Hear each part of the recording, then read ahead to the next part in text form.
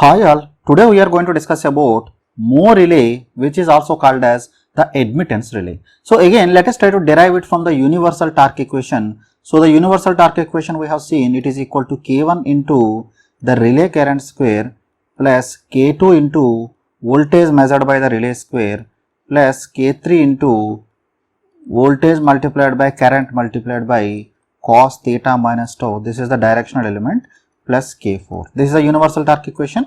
So in this universal torque equation, I am making K1 is equal to 0 and I am making K2 comma K4 as negative. They are restraining forces and the value of K3 is positive. K3 is the operating force. So this torque equation becomes K3 into VR IR cos theta minus tau minus K2 times of VR square minus K4. So this is the torque equation for the Moore relay or also called as the admittance relay. So when the relay will operate, this relay will operate when this operating force is greater than the restraining force. So generally the effect of the spring we are going to prove that it is negligible. So we can tell that this is a directional relay having a voltage restraint. So we can tell that the Moore relay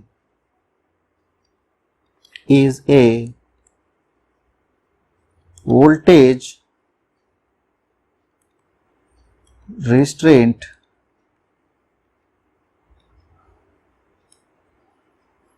directional relay.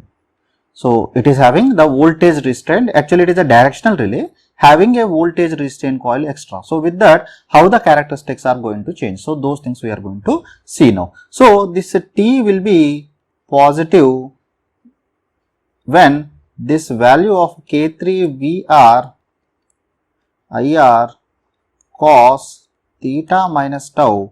So this value is greater than K2 times of VR square minus K4. Agree with me?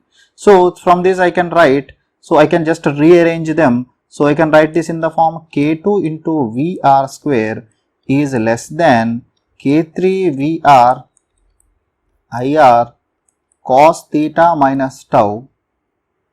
So this will be actually plus, right? Every lecture I am making this confusion. So this will become equal to minus K4. This is what we get. So now we can rearrange these terms. So I am dividing on both sides with K2 into VR into IR. So this will become equal to VR square divided by VR IR. So I am just dividing with K2 multiplied by VR into IR on both sides. So this will become K3 divided by K2 cos theta minus tau minus K4 divided by K2 times of VR into IR. Agree with me? So here K2 will cancel. This K2 will cancel. So this VR square and VR will cancel. This will become VR divided by IR is less than this value of this K3 by K2 cos theta minus tau, and coming to this term will be approximately equal to 0. So what is the reason for this? The reason for this one is since the value of K2 into VR multiplied by IR, this is far greater than the value of K4. So that's why this is neglected. Getting this one? So now this VR multiplied by IR is nothing but the impedance measured by your relay. So we can get that the impedance measured by your relay is less than, because second side also it will be the impedance parameter only, K3 by K2 will be equal to Z set cos theta minus tau. Z set cos theta minus tau. So this torque equation is given by K3 VR IR cos theta minus tau minus K2 times of VR square minus K4. So you can see it is having a directional relay. Along with the directional relay, there is a voltage restraining coil. That means along with the directional relay, there is a voltage restraining coil. So this can be analyzed like this. So this directional relay we have already seen. I am just drawing in the RX diagram. So the directional relay characteristic will be like this.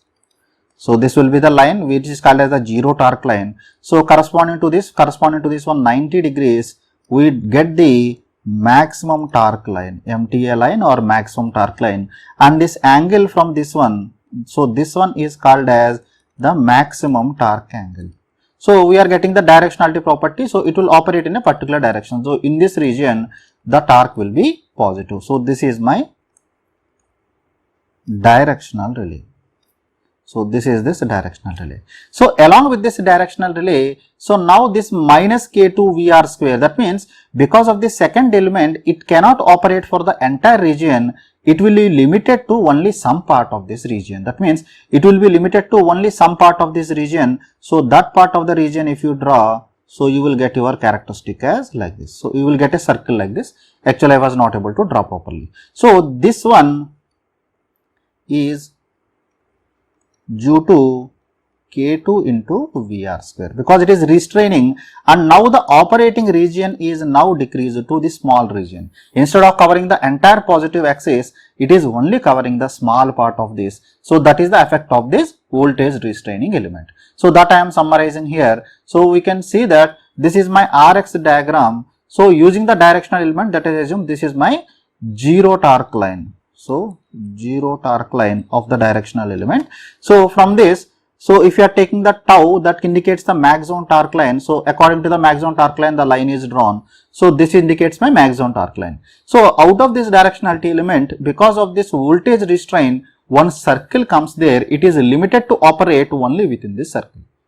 That means the operating region or the trip region will be only within the circle. Outside this region, it will restrain. Getting this one? So this is what we get. So we know the directional element will have tau as well as theta, because cos theta minus tau will be there. When theta is equal to tau, that cos theta minus tau will be maximum. So you will get the maximum value, and as the value of theta and tau are changing, accordingly the value changes. If you substitute in that equation, that means the value of this one. So the equation I am reproducing, ZR is less than Z set cos theta minus tau.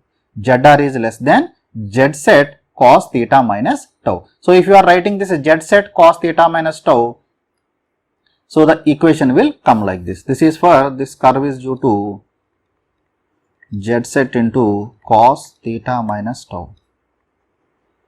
So this curve will indicate a circle. You can just substitute different values of theta and phi, you will get a circle like this. So within this region only your relay will trip. So your value of Z set is set there. So if your value is within this circle, then your relay will operate. So generally this will be your fault characteristic. So this is your fault line characteristic. So I am not going into so much details of this, because we have already discussed the directional relay as well as this voltage recoil relay, overcurrent relay and other things we have already discussed. So I am directly proceeding further. So from this, so I have to implement this value of the maximum torque angle tau. I should be able to adjust the value of the tau, so that I will get my circle accordingly, because according to the value of tau, the circle will change. So here you have to remember one thing. If you see in this circle, the maximum diameter or the diameter of this circle will be equal to the value of the Z set. So I have made the observation from here, the diameter of circle will be equal to the Z set value. So the Z set value is the diameter, or we can tell that first take the torque angle, maximum torque angle, corresponding to maximum torque angle, draw the line equal to Z set. So take the center point. So from the center point, draw the circle. That gives your Moore relay. I am repeating again how to draw the Moore relay characteristics. Take the RX line. So in that, so first take the maximum torque angle from the real axis. So corresponding to this maximum torque angle tau, draw a line, that line length equal to Z set.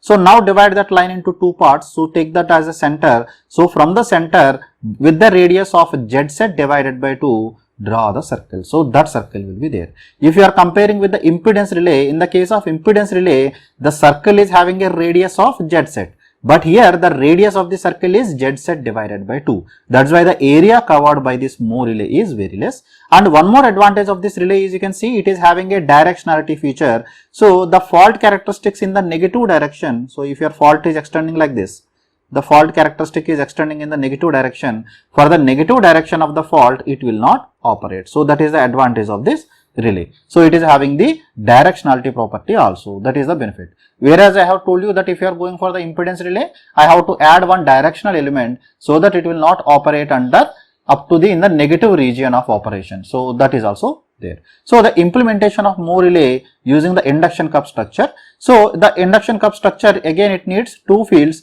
So the interaction of the two fields will produce the torque. So in order to produce the operating torque, two fields required. In order to produce the restraining torque also, two fields will be required. So now the interaction of the operating current coil with the polarizing voltage coil that produces the operating torque, because this operating torque is produced by voltage multiplied by current multiplied by cos theta minus tau. Agree with me? Now coming to the restraining force is proportional to voltage square. So in both the directional element as well as the voltage element, voltage term, one voltage term is common.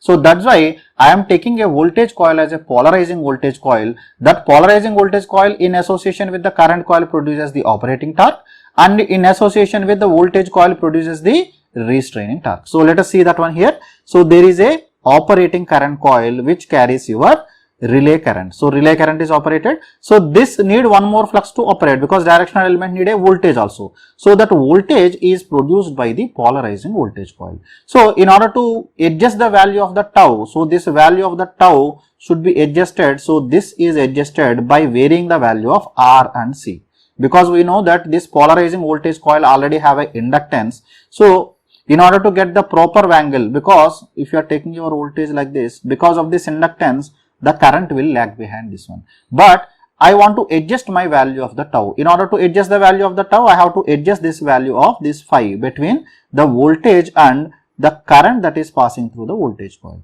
So how to adjust this current passing through the voltage coil? So this can be adjusted by adjusting the value of R and C, so that it can be shifted upwards or downwards or whatever way we want. It can be shifted accordingly. So for that purpose, this R and C are used. I think this is clear to you. Now coming to the restraining force. So restraining force is produced due to the interaction of restraining voltage coil with polarizing voltage coil. Again, in order to produce the restraining force will depend on the voltage produced by two coils and the angle between the two coils. So again, this is purely inductive. So this should not be purely inductive, because the more the angle, more will be the torque. So that is also achieved by using R and C. That means this R and C serve two purpose: to produce the maximum restraining force as well as the adjustment of the maximum torque angle for operating force. So by adjusting these things, I can get my required characteristics. Getting this one? So I am proceeding further. So now, how this circuit behaves or the Moore relay behaves for the case of normal load. So generally, if you take the normal load characteristics, it is represented by the blue line here. Generally, the normal load will lie here. You can see this normal load is outside this circle, because it is covering the minimum possible area. That's why the impedance seen by the relay during normal load, actually this problem comes in double-ended fed system only, is well outside the trip region of the characteristics. Therefore, relay is stable during the normal load conditions. You will get doubt that how this line and other things comes. So these things I am going to discuss in transient analysis of the transmission lines. In power systems, I will discuss in detail there. Here you just try to assume that whatever I am telling is correct, because I cannot explain all the details here. I will explain in power systems while teaching the other topics, the transient analysis of power systems. Now, effect of the arc resistance. So let us assume this is my fault characteristics. There is some fault resistance. So because of fault resistance, how your characteristic will shift. So in order to analyze that one, again I am taking, so let us assume this is my fault resistance. So because of the fault resistance, so your total impedance will be, when it happens at the source, only fault resistance will be there. But as the line is extending, your characteristic will shift like this. Agree with me? So that means, let us assume previously it is operating at point B. So now your this resistance of your arc is also added to this. Because of this point has shifted like this. So but it can operate only within the circle. That means it can operate only up to this region. It can operate only up to this region. So let us take the name so that it will not confuse with the textbooks. So I am taking this point as A, this point I am taking as B, this point I am taking as C. So this is on account of fault resistance. So same thing is the case here. This is due to the fault resistance. So let us assume this fault resistance, or this is also called as the arc resistance, I am representing by R arc. So because of this, what happens? It should actually operate up to distance of A, but because of this one, because of the arc resistance that comes in the circle, so it is operating only up to point number B for the transmission line because of the effect of this arc resistance. As the circle radius is very small, so automatically the effect of arc resistance will be more in the case of this relay, more relay when compared to that of the impedance relay. So I am defining the terms here. So BC is the arc resistance, and this OA indicates the value of the Z set. So under reach, it is under reached by AB, because actually it should operate from OA, but it is operating only up to OB. That means AB it is under reach. So generally the under reach is defined by percentage. So percentage under reach will be equal to AB divided by OA into 100. So this is my percentage under reach. So we are going to prove in the next class that the percentage under reach by the Moore relay is more than that of the impedance relay. So it is more affected by the arc resistance. That is the disadvantage of this when compared to the impedance relay. Already impedance relay is prone for arc resistance. So this is more prone for arc resistance. That is a problem with this relay. So next class I am going to summarize which particular relay is used for which application with advantage, disadvantage. I will take one example and explain there. So there I will tell the proof of this one. So why it is more affected by arc resistance. So now the effect of the power swing. So when you are taking a double-ended FET system, so here, so due to some reason, suddenly let us assume some load is removed. So that leads to oscillations in your system. Because of the oscillations, the angles, that means the corresponding angles, rotor angles will go on changing. Because of this, huge values of the currents will pass for some time. So your relay is measuring the ratio of voltage by current. Because voltage is same, but the currents are oscillating. So because voltage by current, so it assumes that the impedance is less than what is actually there. So that means your relay will pretend that their impedance is less than what is the actual impedance. So because of that, your relay will operate. So this phenomenon is called as the power swing phenomena. In order to average the power swing phenomena, let us try to analyze. So your relay is at this point. So let us take this one as ZL. So this is my value of ZL. So for this ZL, in one side, in the second side, the ZSB is there, and in one side ZSA is there. So I am just adding this ZSB. So let me take different color. So this is my value of ZSB. So and in this side there will be ZSA. So I am taking as purely inductive load. So some books they may represent as having a resistance also. So it depends according to that. So now joining this tip to this tip, so this indicates your total line characteristic. So this impedance, total impedance will pass like this. So let us assume this is my value of ZSB. So this point where this is intersecting, so this point is represented by C. So this C is called as electrical center of your system. So now whenever the power swing comes, generally the power swing will pass through this electrical center of your system. So this will be the locus of the power swing with EA is equal to AB. So now whenever the power swing is coming, as the area covered by this less, so automatically it is less affected by power swings. So as area covered in RX plane is less, therefore less affected by power swing compared to the other type of relays. But still, if the power swing is more, then it can come within this region. In that case, it can trip. So to avoid that problem, generally the special relays known as the blinders can be used to prevent the operation. Again, you will get doubt. Last 3 lectures I am discussing about the power swing, what is the power swing, how it comes. So initially I plan to discuss in power systems, but now I decided I will discuss in this topic only. So next class I will summarize which relay is better for which case. So after that I will discuss the what is the power swing, what is the characteristic of the power swing, why it is coming like this, that I will discuss here itself. I hope everything is clear up to now. So from the Moore relay we have observed that it is having a directionality feature. So the disadvantage of the impedance relay is removed. And second one, here the radius of the circle is half of the radius of the impedance relay for the given value of the Z set. So that's why the area covered by this is less. So it is less immune to the power swings and the load characteristics. But there is a disadvantage of this one. So it is more affected by the arc resistance. So whenever the fault is associated with the arc resistance, it is more affected due to the arc resistance when compared to both impedance and reactance relays. So next class we are going to summarize which relay is better for which case. So if you still have any queries, you can leave your comments in the comment section below. I will answer to your queries from there. Thank you very much.